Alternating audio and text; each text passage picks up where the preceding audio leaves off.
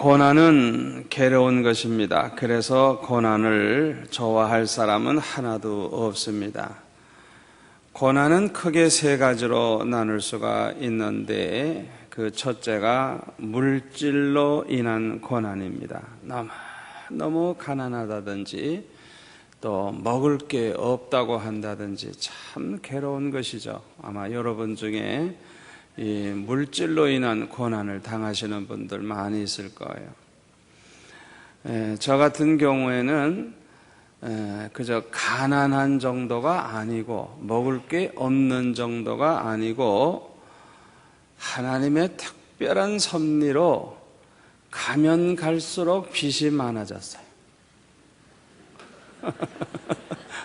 먹을 게 없는 게 문제가 아니고 초등학교 때보다 중학교 때는 빚이 더 많고 고등학교 때는 빚이 더 많고 대학교 때는 빚이 더 많다 못해서 완전히 그냥 집도 없고 오갈 데도 없고 완전히 길거리에 나아갈 수밖에 없는 이제 그런 지경에 이르렀어요. 그러니까 그야말로 부도가 난 거죠. 완전히 부도가 난 거죠. 참 그 가난으로 인해서 물질로 인해서 고난당하는 사람의 그 심정은 우리 어머니를 내가 보고 자랐기 때문에 잘 알 수 있어요. 참 점점 빚이 늘어갈 때 너무너무 생활이 어려울 때 참 그런 집안의 삶이 어떤가 하는 거는 저는 아주 그냥 뭐 초등학교 때부터 대학생 될 때까지 계속해서 이제 그 물질의 고난을 당하고 물질의 염려가 완전히 벗어나게 하나님이 해주신 것은 제가 30세 목사 되면서 또 그때도 장가 들면서 아주 복 있는 와이프를 만남으로써 그때부터는 이제 내 기억으로는 그 이후로는 내가 물질 때문에 걱정할 일이 별로 없었던 것 같아요. 하여튼 이 물질로 인한 고난 아주 속상하죠. 너무너무 괴롭죠.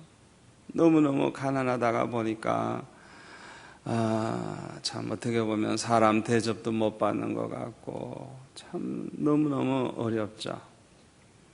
저 같은 경우는 인류학교를 장학생으로 들어가서 다니지만은 다 부러워하는 학생이지만은 또 제 여동생도 또 공부를 잘해가지고 경기 여중고 다녔어요. 최고로 좋은 학교 다녔어요.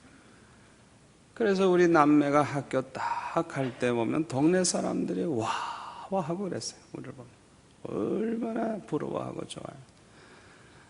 그런데 우리 집 앞에 우리는 판잣집에서 사는데 집 앞에가 길거리인데 마침 거기는 또 여자 중고등학교가 있어가지고 여학생들이 아침에 그냥 그 앞에 빽빽하게 그냥 학교 간다고.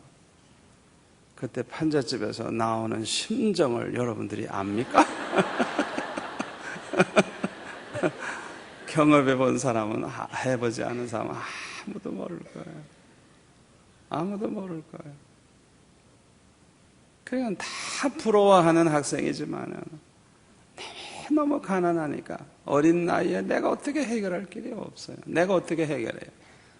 내 공부하는 것도 바빠 죽겠는데. 어렸을 때는 어쩔 수가 없어요. 이 물질의 고난, 물질로 인한 고난. 두 번째가 육신의 고난, 병이 있다든지 또 어떤 상처가 있다든지. 여러분, 놀라운 사실은요, 점점 이상한 병이 많이 생기는데요. 어떤 건 병명도 몰라요. 어떤 병은요, 치료약이 없어요.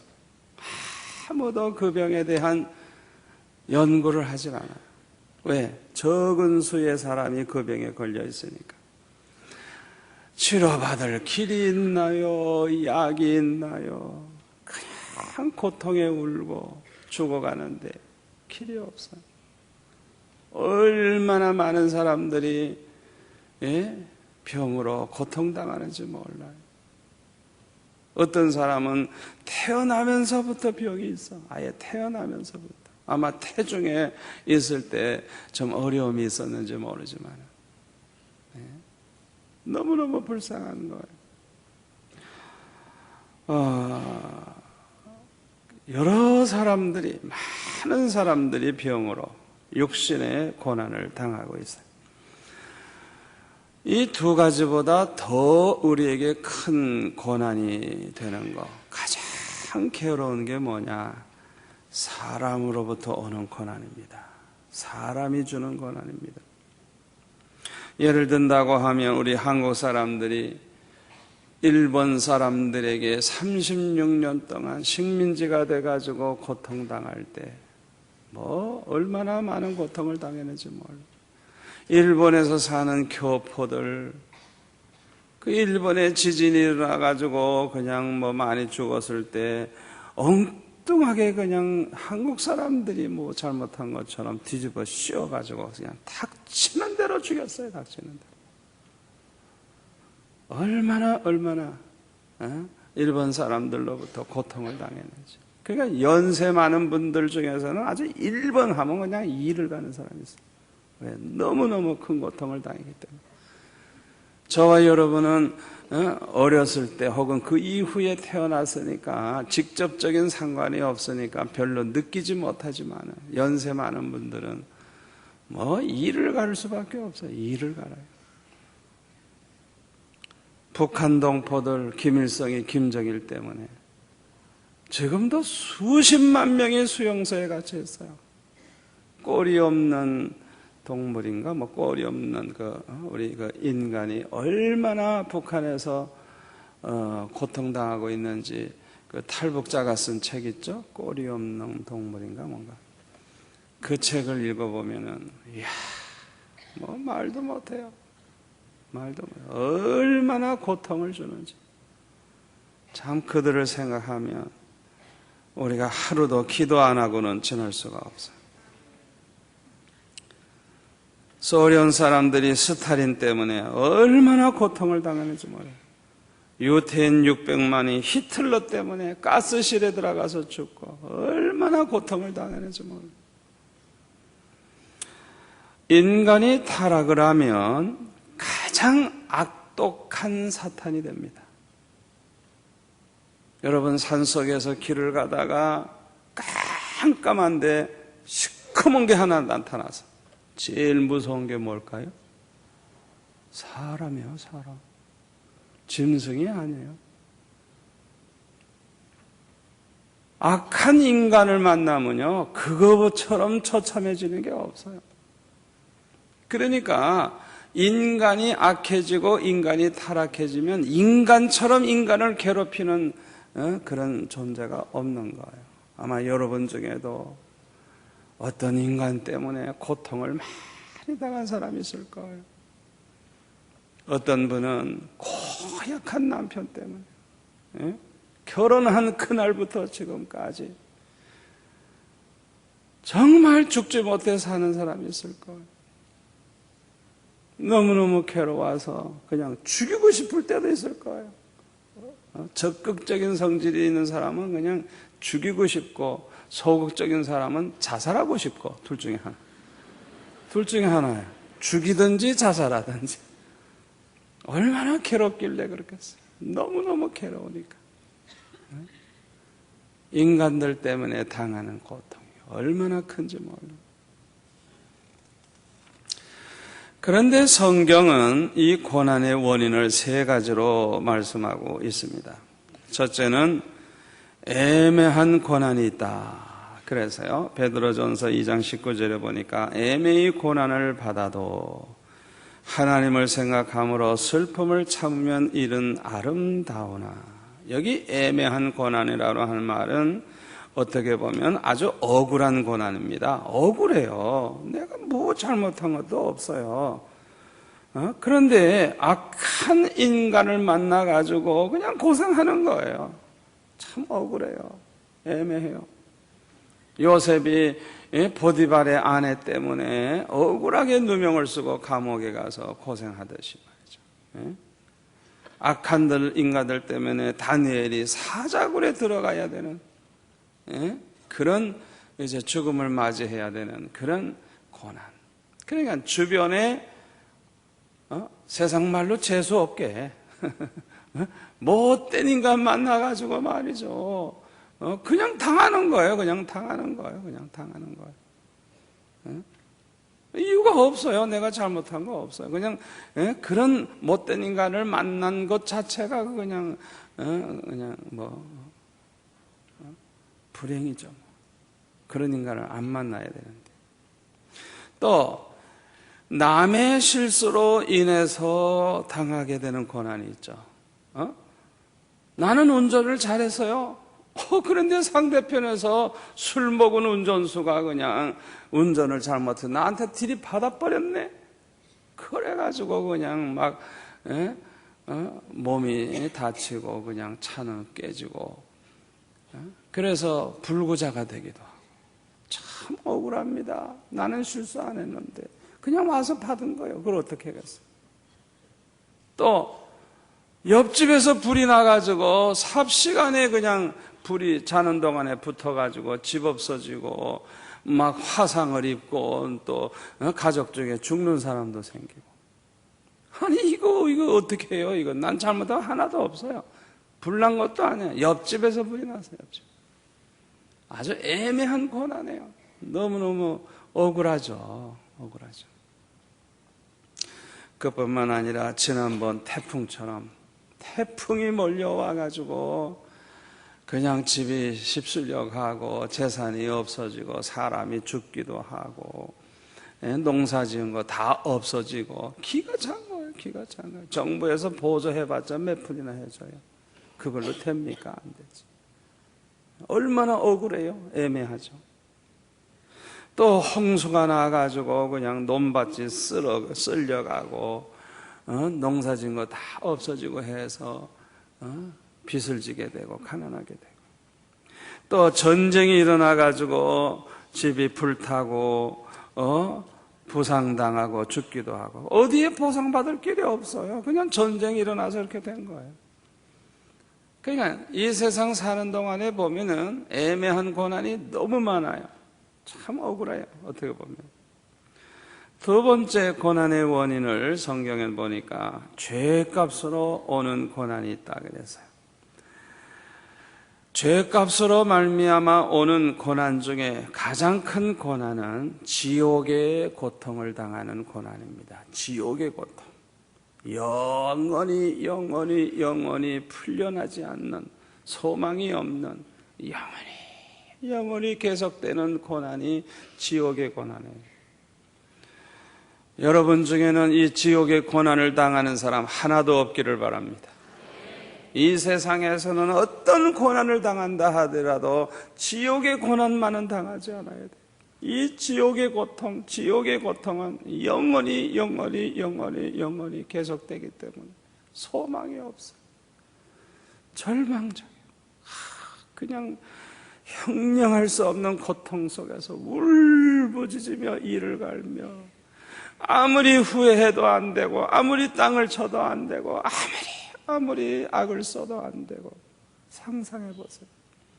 차라리 정신을 잃어버리면 좋겠는데, 의식이 없으면 좋겠는데, 감각이 없어지면 좋겠는데, 죽어버리면 좋겠는데, 지옥에서 죽음도 없어요. 영원히 그 고통을 당하는 거예요. 제일 큰 고통, 죄값으로 당하는 고통 중에 제일 큰 고통이 지옥의 고통이에요. 지옥의 그림자가 감옥이고 또 하나님의 심판의 그림자가 이 세상에서 그 재판관을 통해서 심판받는 거예요. 이런 게 다 그림자예요. 그림자. 세상에 있는 게 그림자예요. 잘못하면 감옥에 가죠. 지옥이 있다는 걸 보여주는 거예요. 잘못하면 재판받죠. 하나님의 심판이 있다는 그림자예요. 그걸 알아야 돼요. 죄 가운데 사는 사람에게 지옥의 고통만 아니라면 고난은 다 유익합니다. 그래서 죄 가운데 있는 사람들에게는 고난이 축복입니다. 바르게 못 사는 사람, 죄 가운데 사는 사람은 좀 고통을 좀 많이 당해야 돼요. 그런 사람. 그 고통이 축복이에요. 왜? 첫째로는 죄를 범하면 고통이 크다는 걸 알면 죄를 버리게 돼요. 왜? 손해 안 보려고 하는 게 사람의 심리인데, 내가 죄를 범하면 고통이 크다는 걸 알면 죄 지라그래도 안 져요. 그렇잖아요. 그러니까 어떤 면에서 죄 짓는 인간에는 고통이 많을수록 좋은 거예요. 그런데 하나님은 너무 사랑이 많고 너무 인자하셔서 죄만큼 고통을 당하게 하지 아니하셔서, 성경에 보면 우리가 아무리 고통을 당해도 우리의 죄에 비해서는 가볍게 하셨다 그랬어요. 아멘. 죄인에게, 바르게 못 사는 죄인에게는 고난이 오히려 유익한 거예요. 죄를 끝이게 해줘요. 두 번째로는 회개하게 만들어요. 회개하게 만들어요. 이스라엘 백성들을 보면은 죄를 많이 범하면 하나님이 고난을 여러 가지로 주셨어요. 그러면 너무너무 괴로우니까 하나님 앞에 부르짖고 하나님을 찾고 회개하고 돌아오는 걸 볼 수가 있어요. 그러니까 이 죄인들에게 고난은 유익한 거예요. 축복이 되는 거예요. 세 번째, 고난의 세 번째 원인, 사도 베드로는 모든 고난의 원인을 죄에만 있는 게 아니라 선한 일을 인하여도 고난을 당하게 된다고 말씀하고 있어요.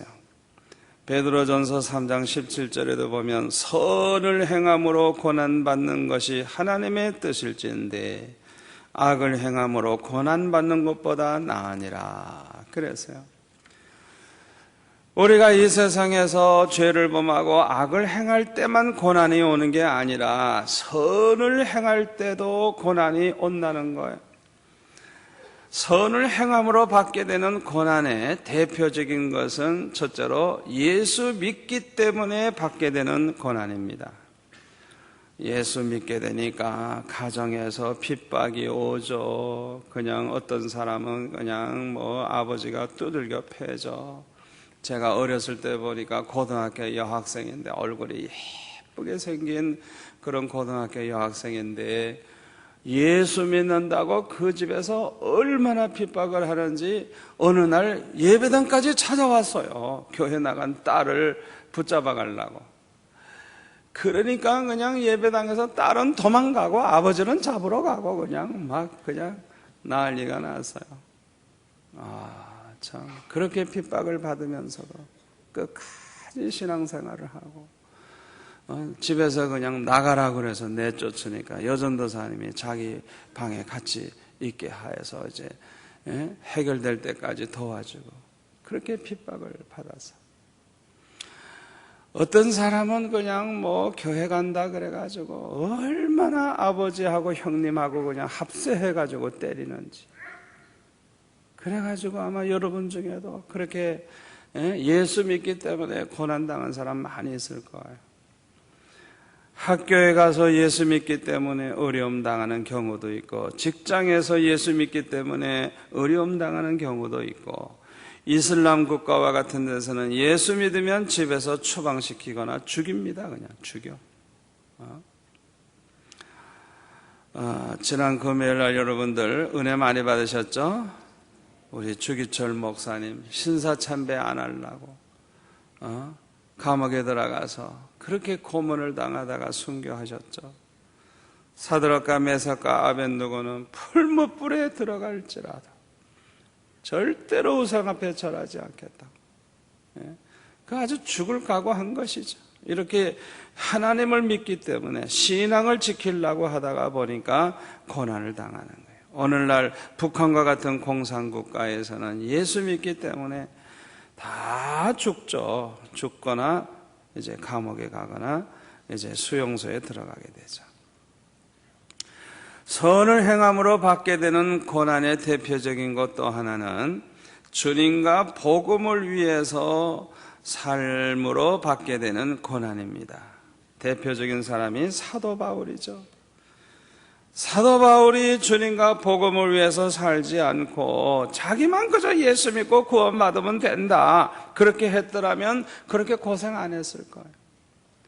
사도 바울은 그냥 평생 주님을 위해서, 복음을 위해서 그냥 매를 맞아가면서 헐벗고 굶주리면서도 그냥 어디를 가든지 복음을 전하다가 보니까 얻어 터지고 감옥에 가고 그냥 얼마나 고난을 받았는지 몰라요. 오늘날 중공 같은 데서도 보면은 복음을 전하다가 붙잡혀서 매를 맞고 감옥에 들어가는 사람들이 참 지금도 많이 있어요. 그런데 우리 성도들이 알아야 할 것이 있습니다. 첫째, 절대 주권을 가지신 하나님이 허락지 아니하시면 이 고난은 오지 않는다는 것입니다. 아멘. 누가복음 21장 12절을 다 찾아보세요. 너무나도 중요한 말씀이기 때문에. 누가복음 21장 12절 133페이지. 누가복음 21장 12절 제가 보겠습니다. 이 모든 일 전에 내 이름을 인하여 너에게 손을 대어 핍박하며 회당과 옥에 넘겨주며 임금들과 관장들 앞에 끌어가려니와 이 일이 도리어 너에게 증거가 되리라. 그러므로 너희는 변명할 것을 미리 연고치 않기로 결심하라. 내가 너에게 모든 대적이 능히 대항하거나 변박할 수 없는 구제, 말재주, 구제와 지혜를 너에게 주리라. 심지어 부모와 형제와 친척과 벗이 너희를 넘겨주어 너희 중에 몇을 죽이게 하겠고, 죽는 사람은 몇 명 안 돼요. 또 너희가 내 이름을 인하여 모든 사람에게 미움을 받을 것이나 너의 머리털 하나도 상치 아니하리라. 붙잡혀가서 순교하는 사람 몇 명 있어요. 그리고 성도들이 미움을 받는 그런 일이 있어요. 그러나 하나님이 허락하지 아니한 사람은 머리털 하나도 상하지 않아요. 하나님이 허락지 않아요. 이 말씀을 그대로 믿으시기를 바랍니다. 절대 주권을 가지신 하나님이 허락지 아니하면 절대로 누구도 손댈 수가 없어요. 내가 예수 믿기 때문에 핍박당하고 고난을 당한다면 하나님이 허락했기 때문에요. 아멘. 내가 그 고난을 받도록 하나님이 섭리하신 거예요. 허락하신 거예요. 어떤 뜻이 있어서, 하나님의 목적이 있어서. 아멘. 절대 주권이 하나님의 손에 있다는 걸 믿으시기를 바랍니다. 마태복음 10장 28절 거기 하나 더 보겠습니다.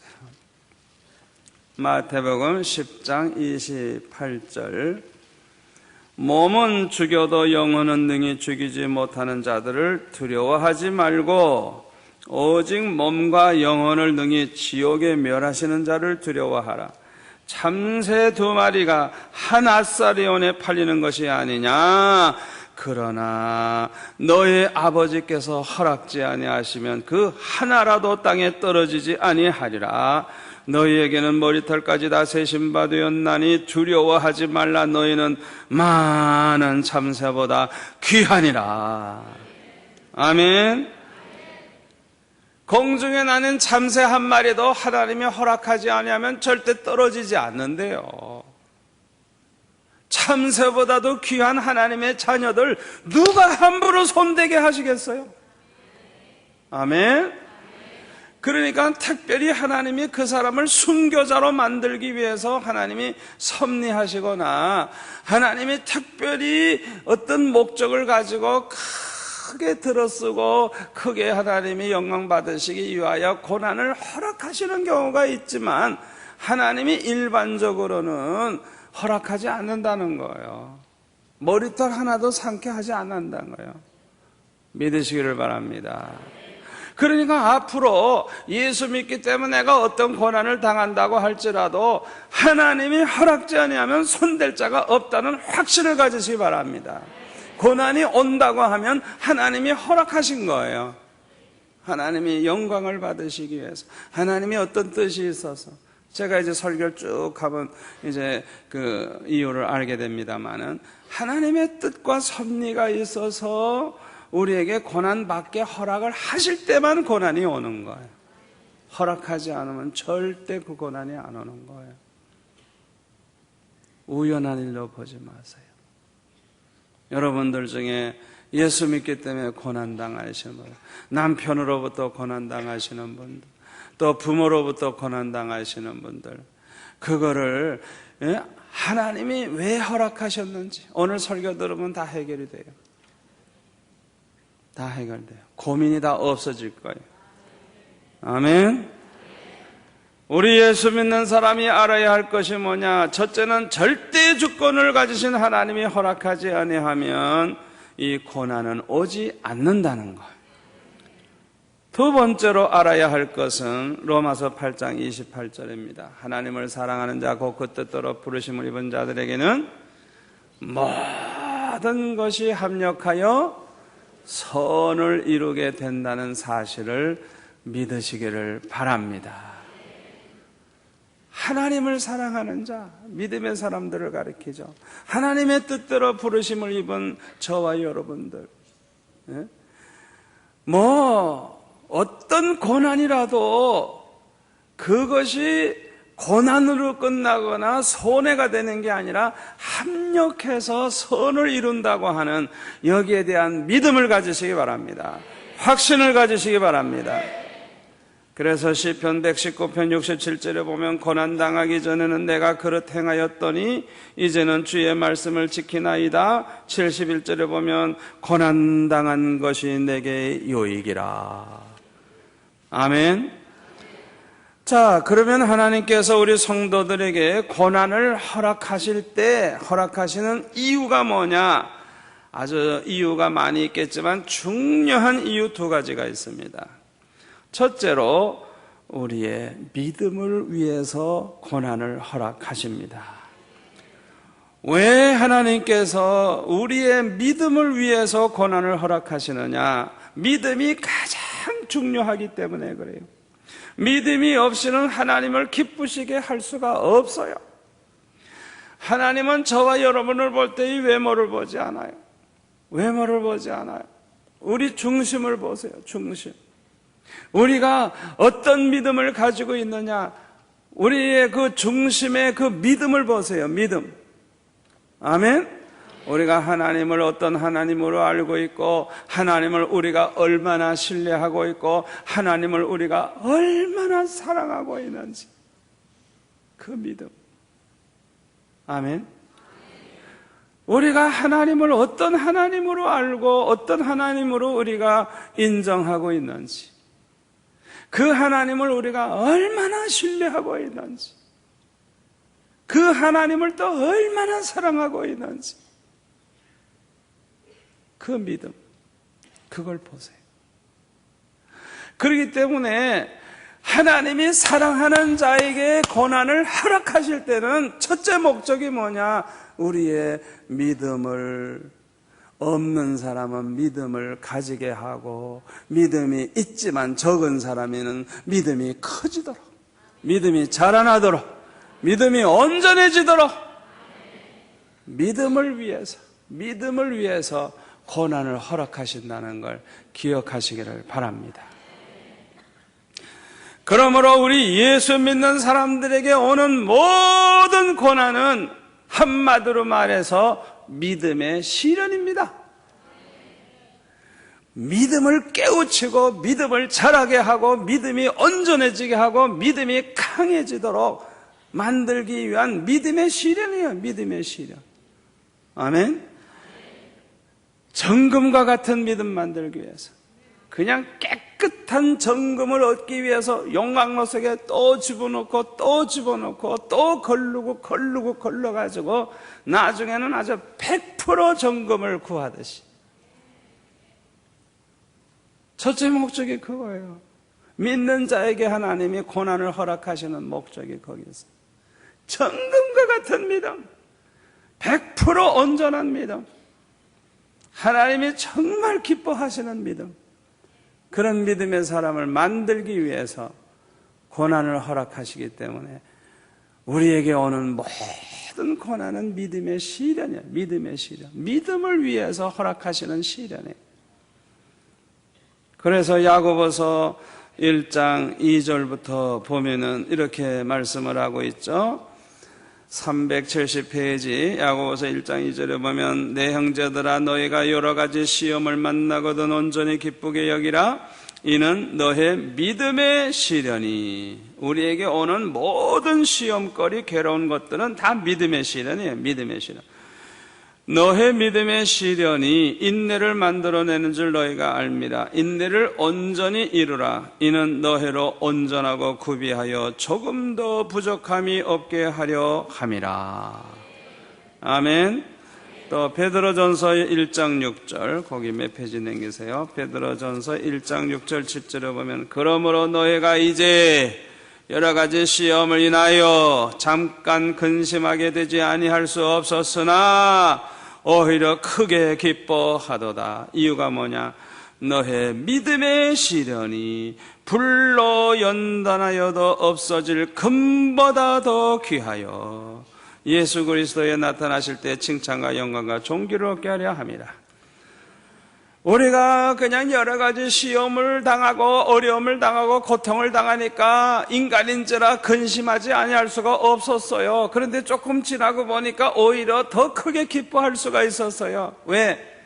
우리가 당하는 모든 시험과 고난은 믿음의 시련이에요. 믿음을 온전케 하기 위한 시련이기 때문에 그냥 여러 가지 시련을 당하고 시험 당할 땐 괴로웠는데 나중에 보니까 우리의 믿음이 그냥 정금과 같은 믿음, 그냥 불로 연단해가지고 그냥 완전히 100% 정금이 된 것과 같이, 그렇게 믿음이 온전해지니까 어떻게 해요? 아주 기쁨이 충만하게 되는 거예요. 아멘. 예수님은 제자들의 믿음이 너무나도 적은 것에 대해서 늘 책망을 하셨어요. 믿음이 적은 자들아 왜 의심하느냐? 믿음이 적은 자들아 왜 두려워하느냐? 믿음이 적은 자들아 왜 걱정하느냐? 항상 그런 책망을 하셨어요. 왜 이렇게 의심을 하고 두려워하고 걱정을 하게 되느냐? 첫째는 하나님이 어떤 분인지 똑바로 모르기 때문에 그래요. 두 번째로는 하나님을 온전히 신뢰하지 못하기 때문에 의심하게 되고 두려워하게 되고 걱정하게 되는 거예요. 하나님을 똑바로 알고 하나님을 신뢰하는 믿음의 사람들은 의심하지 않습니다. 확신을 갖고 삽니다. 두려워하지 않습니다. 담대합니다. 근심하지 않습니다. 마음의 평강이 있습니다. 골리앗 앞에서 다윗을 보세요. 이야, 그냥 믿음이 얼마나 좋은지, 하나님이 얼마나 크신 하나님인지, 전쟁에 이기고 지는 건 하나님의 손에 있고, 골리앗과 싸워서 이기고 지는 것도 하나님의 손에 있고, 죽고 사는 것도 하나님의 손에 있고, 또 그 하나님은 내 편이고, 그 하나님은 반드시 승리케 하신다는 그 믿음을 가지고 하나님을 신뢰하니까 두려움이 없어. 온 백성이 골리앗 앞에서 벌벌벌 떨지만은 다윗은 두려움이 없어요. 자기보다 키가 3배나 커도 괜찮아. 아무리 골리앗이 힘이 있어도 자기의 백은 하나님이니까 걱정할 게 없는 거예요. 아멘. 의심할 것도 없어요. 고민할 것도 없어요. 두려워할 것도 없어요. 하나님이 어떤 하나님이라는 걸 알기 때문에, 그 하나님을 100% 신뢰하기 때문에 담대하게 나아가서 그와 싸워 이길 수가 있었던 거예요. 사도 바울은 감옥에 있으면서도 조금 더 걱정이 없어요. 두려움이 없어요. 근심이 없어요. 왜요? 하나님이 어떤 하나님인가를 아니까. 그 하나님을 신뢰하기 때문에, 그 하나님을 너무너무 사랑하기 때문에 사도 바울은 고민이 없어요. 고민. 두려움이 없어요. 죽어도 좋아요. 아무것도 걱정이 없어요. 사드락과 메삭과 아벳느고가 7배나 더 뜨거운 풀무불에 들어가게 한다고 해도 두렵질 않아. 고민하지도 않아. 근심하지도 않아. 왜? 하나님이 어떤 하나님인 줄 아니까. 그 하나님을 신뢰하기 때문에, 그 하나님을 사랑하기 때문에. 저와 여러분도 이런 믿음을 가지시기를 바랍니다. 야고보서 1장 3절에 보니까 이는 너의 믿음의 시련이 인내를 만들어내는 줄 너희가 알미라. 인내를 온전히 이루라. 이는 너희로 온전하고 구비하여 조금도 부족함이 없게 하려 함이라. 그래서요, 믿음의 시련을 자꾸 겪다가 보면 인내심이 더 커져요. 왜? 옛날에 고생을 많이 해봤으니까 그 다음에 그런 고생을 하게 되면 그까지 까무러지도 않냐. 왜? 익숙해졌어. 익숙해졌어. 그렇죠? 그러니까 너무 곱게 큰 사람, 너무 편안하게 큰 사람이 어려움을 당하면 그걸 이기지 못하고 그냥 자살해버려. 그냥 충격을 받아서 죽어버려. 그런데 어렸을 때부터 고난을 많이 겪고 시련을 당한 사람들은 웬만한 어려움이 와도 눈 하나 깜짝 안 해. 왜? 옛날에 다 맛을 봤거든. 아멘? 그렇기 때문에 어려서 고생은 금덩어리 주고도 못 산다는 거예요. 어렸을 때 애들 좀 고생을 많이 시키세요. 그게 축복이 돼요. 좀 배도 좀 굶어보고, 좀 아주 어려움도 좀 당하게. 우리 한국 사람들은 그 남자들 경우에 그 군대 3년 가는 거, 그 얼마나 좋은지 말이에요. 나는 어렸을 때 고생을 많이 해서 군대 안 가도 되는 사람이지만은, 군대 가서 3년 동안, 특히 훈련받는 6주 동안, 저는 일반 장교와 똑같이 훈련받았거든요. 저는 그 훈련 받으면서 사람 됐어요. 사람 됐어요. 군대 안 간 사람은 뭔가 군기가 하나씩 빠져 있어요. 군대 안 간 사람은 뭘 봐도 부족해. 내가 보면 뭘 봐도 뭐 부족한 게 있어요. 미안하지만 군대 안 간 사람들 얼마나 참 험한 그 훈련을 받았는지. 우리 집 사람이 딸만 낳아준 거 얼마나 감사한지. 내가 여보 딸만 낳은 거 정말 감사하다고. 하여튼 제가 볼 때는요, 죄 없이 감옥에 들어가는 거와 같고, 죄 없이 얻어 터지고, 죄 없이 기합받고, 하여튼 훈련받는 기간 동안에는 인간이 아니야. 인간이 그냥 막 짓밟는 거야. 그냥. 저는 그렇게 물질의 고난은 당했지만은 그런 인간적 고통은 저는 안 당했어요. 그러니까 저는요, 금식기도 했어요. 훈련 받을 때 금식기도 했어요. 안 먹어요. 그러니까 다 식사해도 나는 다 안 먹어요. 그냥 기도해요. 그리고 훈련 다 받았어요. 그래가지고 얼마나 말랐는지 그냥 바싹 말랐죠. 굶으니까. 하나님 앞에 난 목숨 걸었어요. 왜? 너무 부당한 게 많으니까. 너무 잘못된 게 많으니까. 저는 그걸 기도로, 그리고 시편을 많이 읽어서 그때 얼마나 은혜 받았는지 훈련을 하는 과정에서 우리 판검사들하고 또 이제 신부, 군승, 목사님들 그렇게 같이 훈련 받았는데 일반 장교들과 함께 그냥 훈련 받게 해버렸어요. 왜냐하면 숫자가 너무 적으니까. 그러니까 똑같이 그냥 기합받고 똑같이 그냥 어려움 당하는 거.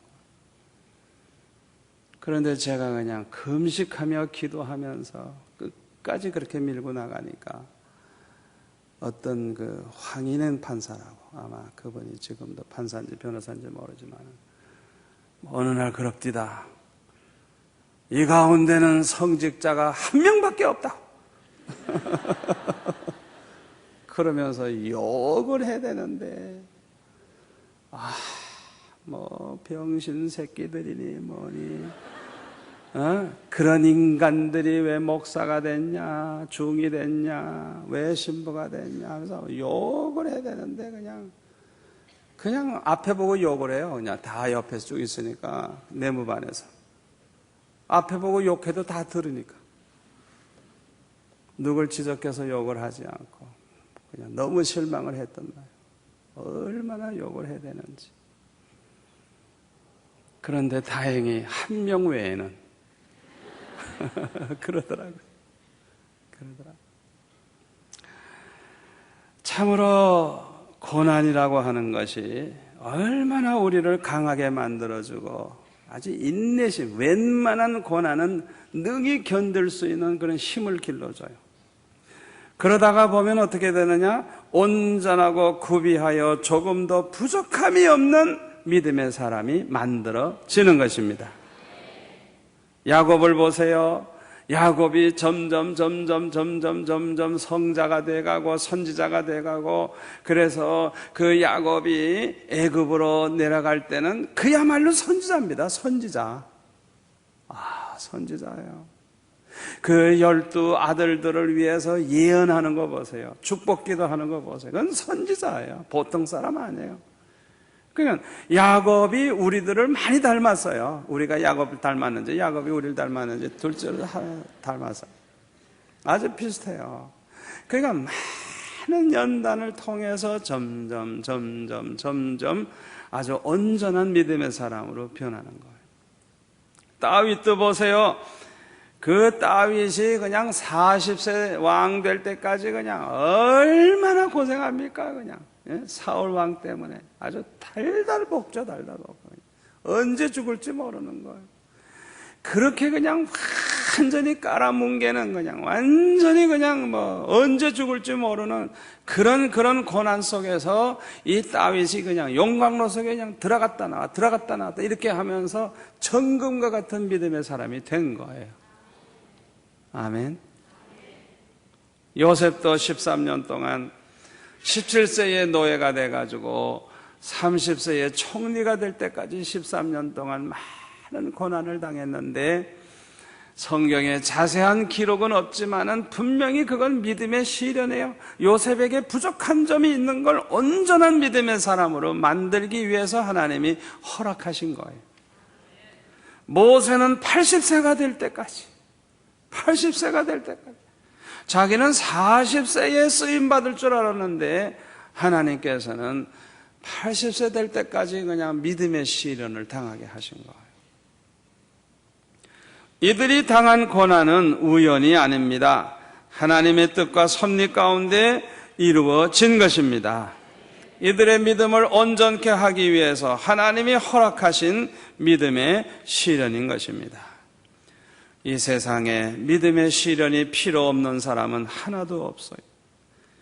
사도 바울과 같이 성령 충만하고 사도 바울과 같이 주님을 위해서만 사는 그런 사람에게도 하나님은 믿음의 시련을 허락하셨어요. 고린도후서 12장 7절에 보면 여러 계시를 받은 것이 지극히 크므로 너무 자고하지 않게 하시려고 내 육체의 가시 곧 사탄의 사자를 주셨으니 이는 나를 쳐서 너무 자고하지 않게 하려 하심이니라. 너무 신비한 체험을 많이 했어요. 삼층전에도 올라갔어요. 죽은 지 14년 된 사람도 만나봤어요. 굉장한 체험을 하는 거예요. 그냥 영의 세계에 깊이 들어간 거예요. 다른 사도들에게서는 그거 볼 수가 없어요. 그러니까 누구보다도 은혜를 많이 받았고 누구보다도 신령하고 누구보다도 깊은 경지에 들어간 사람이 사도 바울이에요.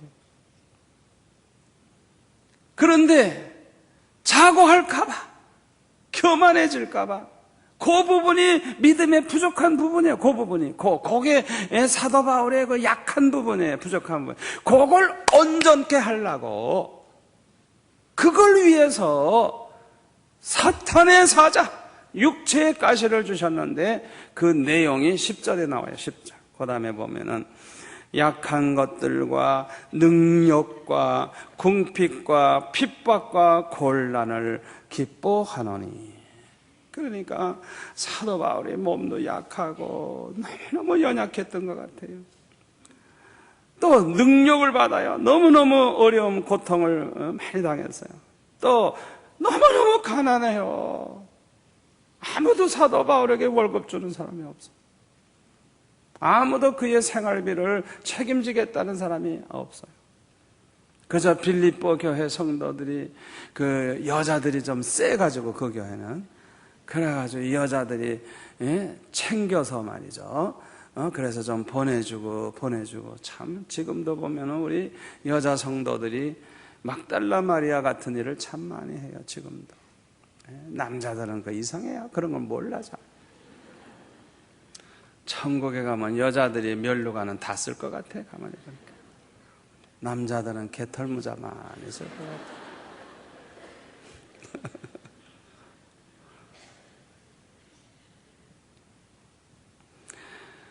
사도 바울에게 그냥 육체의 고통이 있어요. 너무 눈도 나쁘다는 말이 있고 간질병이 있다는 말도 있고, 학자들에 의하면, 나는 그렇게 생각해요. 너무 매를 많이 맞았으니까 40에 하나 감한매를 5번인가 맞고, 그렇게 매를 맞고 어떨 때는 돌로 맞아서 죽었다가 다시 일어나고, 그렇게까지 했으니까 온몸이 성한 데가 없었을 것 같아요. 사도 바울이 건강을 위해 운동을 했을까요? 그런 거 안 했을 거예요. 밤낮 그냥 복음만 전하러 다니다가 밤낮 얻어 터지고, 못 먹으면 또 굶고, 그랬으니까 온몸이 만신창이었을 거예요. 그러니까 의사 누가가 항상 따라다니는 거예요. 왜? 너무 약하니까. 밤낮 아프니까. 이 누가는 잠시도 곁을 안 떠나요. 계속 사도 바울을 옆에서 돌보면서 함께 했어요. 핍박당하죠. 두들겨 맞죠. 가난하죠. 곤란을 또 많이 당하죠. 알고 보니까 이게 하나님이 그렇게 사탄의 사자를 보내가지고 이 믿음의 시련을 당하게 하신 거예요. 이유가 뭐예요? 자고할까봐. 모든 좋은 점이 다 있어도 그 교만해지면 끝나거든요. 교만해지면. 내가 남보다 받은 은혜가 더 크고, 내가 교회도 더 많이 세웠고, 내가 구원받게 한 사람도 더 많고, 능력도 더 많고, 체험도 더 많고, 이러다가 보면은 자타가 공인하는, 자기도 모르는 사이에 교만해지는 거예요. 그걸 막기 위해서 하나님께서 믿음의 시련을 엄청나게 주신 거예요. 사도 바울은 그렇게 믿음이 좋았어도 믿음의 시련이 있었는데, 하물며 저와 여러분이야? 어찌 믿음의 시련이 필요가 없겠어요? 우리는 너무 부족한데. 사도 바울과 같은 훌륭한 사람도 믿음의 시련이 있었다면 저와 여러분에게는 당연히 믿음의 시련이 있어야 되는 거예요. 아멘? 너무 부족하니까. 우리의 믿음을 온전하게 하기 위해서는 믿음의 시련이 반드시 있어야 되는 거예요. 여러분들이 어떤 문제로 지금 고난을 당하고 있는지 모르지만은 그거는 아주 당연히 있어야 할 것이 있다는 것을 믿으시기를 바랍니다. 그런데 우리가 믿음의 시련을 통해서 온전한 믿음의 사람이 되려고 하면 끝까지 인내해야 돼요. 끝까지 하나님을 신뢰해야 돼요. 그리고 그 고난을 잘 참아야 합니다. 하나님의 약속의 말씀을 믿고 참아야 돼요. 참다가 보면 내가 온전한 믿음의 사람이 된다고 하는 이 믿음을 가지고 참아야 돼요. 그 다음에 기도하면서 참아야 돼요. 그래서 의심을 이기고 두려움을 이기고 근심을 이겨야 돼요. 빌립보서 4장 6절의 말씀대로 아무것도 염려하지 말고 오직 모든 일에 기도와 간구로 너희 구할 것을 감사함으로 하나님께 아뢰라. 그리하면 모든 지각에 뛰어난 하나님의 평강이 그리스도 예수 안에서 너의 마음과 생각을 지키시리라. 아멘. 아멘. 우리가 이 믿음의 시련이 왔을 때 하나님의 약속의 말씀을 붙잡고 그 말씀대로 될 줄 믿고 참아야 되고, 또 하나는 기도하면서 참아야 돼. 기도하면서. 우리에게 믿음의 시련이 있을 때 하나님 앞에 기도하면서 참고 나가야지 그냥은 견딜 수가 없는 거예요. 아멘. 우리가 고난이 있을 때 기도하면서 그 고난이 해결될 때까지 부르짖다가 보면 우선 많은 은혜를 받게 됩니다. 은혜를 받게 돼요. 은혜를 받게 되면 믿음이 강해집니다. 아멘. 은혜를 받으면 기쁨이 충만해집니다.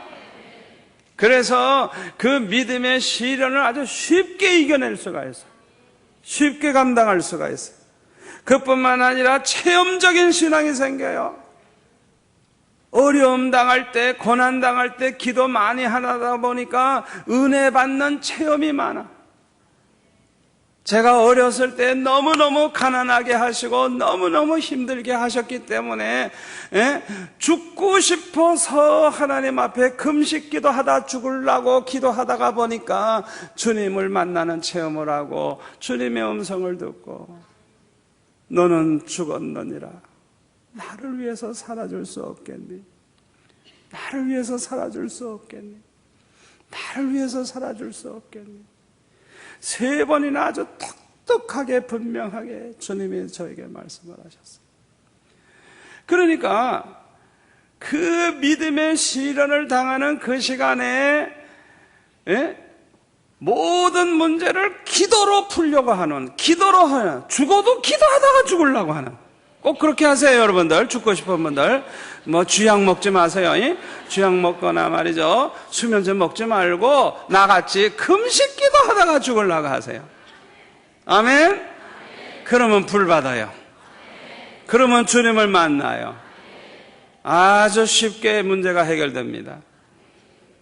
그러니까 믿음의 시련을 당할 때 기도로 그걸 극복하면서 참고 나가다 보면은 얼마나 많은 은혜를 받게 되고 얼마나 많은 체험을 하게 되는지 그러면 아주 그냥 눈에 안 보여도 보이는 것처럼 믿게 되는 거예요. 확실하게 믿게 되는 거예요. 왜? 체험을 많이 해보세요. 너무 확실하거든요. 그래서 웬만한 어려움이 당하면 그 결론을 미리 알아요. 이건 이렇게 되겠구나. 왜? 많이 겪어봤거든. 그러니까 얼마나 믿음이 좋아요. 담대하게. 지금은 괴롭지만 요 다음에 올 일을 미리 알죠. 왜? 여러 번 겪어봤거든. 체험적인 믿음이 그래서 좋은 거예요. 체험적 믿음이 없는 사람은 어려움 당할 때 고민합니다. 별별 생각을 다 합니다. 밤잠을 못 잡니다.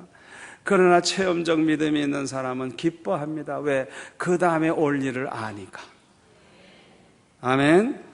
그래서 기도를 해야 돼요. 기도하면서 참아야 돼요.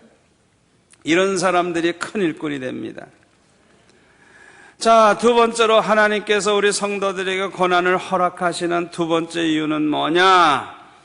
오늘 본문에 나옵니다마는 하나님 앞에 섰을 때 영광을 받게 하기 위해서입니다.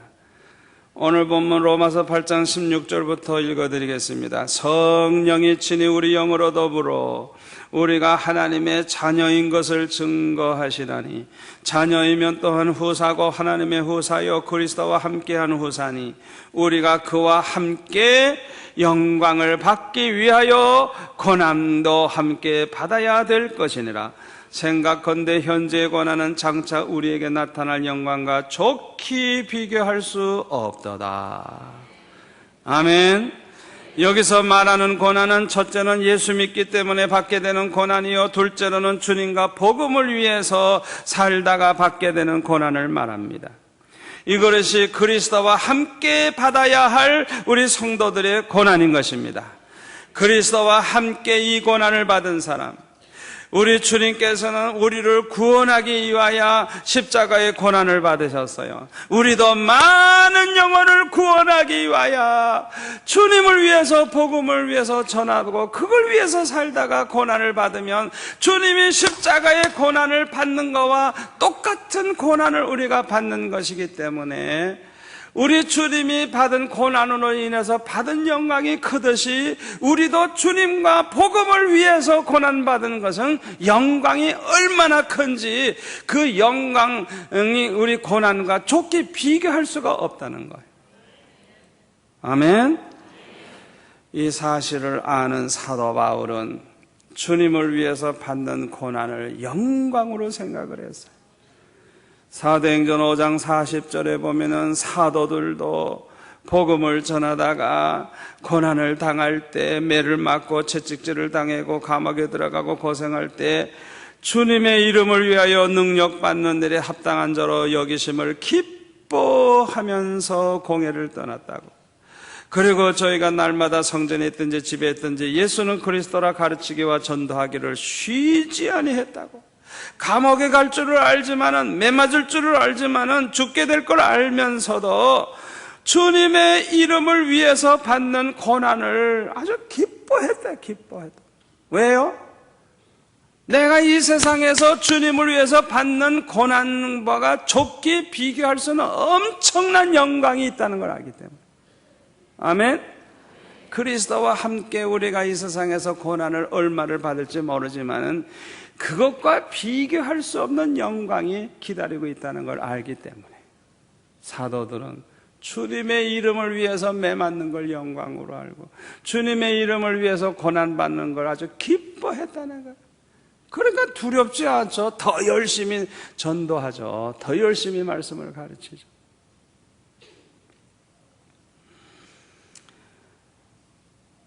저와 여러분이 어떻게 하면 이 사도들과 같이 될 수 있을까요? 해결책은 하나밖에 없어요. 그것은요, 성령의 충만함을 받는 것입니다. 사도들도요, 성령의 충만함을 받기 전에는요, 두려움이 있었고요, 고민이 있었고요. 그래서 그냥 예수를 모른다고 부인하고 도망가고요, 문을 잠가버리고 숨어 있고요, 잡혀갈까 봐. 너무너무 나약했어요. 그러나 성령의 충만함을 받으니까 두려움이 없어요. 아무 걱정도 없어요. 매를 맞아도 좋아요. 오히려 기뻐요. 죽어도 기뻐요. 담대해졌어요. 근심도 없어요. 두려움도 없어요. 의심도 없어요. 성령의 충만함을 받으니까 항상 기뻐하고 감사하고 담대히 나가 복음을 전하고 매를 맞아도 좋고. 아멘. 그야말로 믿음이 100% 정금과 같은 믿음이 되었어요. 온전한 믿음의 사람이 되었어요. 아무것도 두렵지 않아요. 모든 문제의 해결은 성령의 충만함을 받는 것입니다. 성령의 충만함을 받으면 어떤 믿음의 시련이 와도 그것을 능히 달게 받을 수가 있고, 성령의 충만함을 받으면 우리가 어떤 고난이 와도 영광으로 생각하면서 감당하고도 남는 자가 될 줄로 믿습니다. 결론의 말씀을 드립니다. 하나님은 우리를 사랑하십니다. 우리를 위해서 독생자를 주시기까지 사랑하십니다. 우리를 위해서 천국을 예비해 주셨습니다. 우리 안에 보혜사 성령이 함께해 주십니다. 우리를 늘 돌보시고 우리와 함께 하시고 로마서 8장 26절 말씀대로 우리를 위해 간구해 주시는 분입니다. 우리는 언제나 혼자가 아닙니다. 그런데 왜 고난이 있습니까? 첫째로는 우리의 믿음을 위해서, 믿음을 온전케 하고자 하는 목적으로 하나님이 고난을 허락하신다는 걸 기억하시기를 바랍니다. 두 번째로는 장차받을 영광을 위해서. 장차받을 영광을.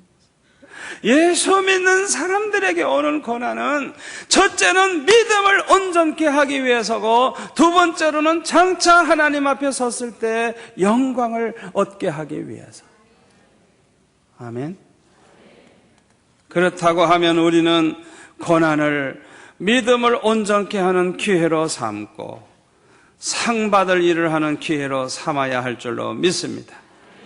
이렇게 할 수 있는 비결, 그것은 오직 성령의 충만함을 받는 거예요.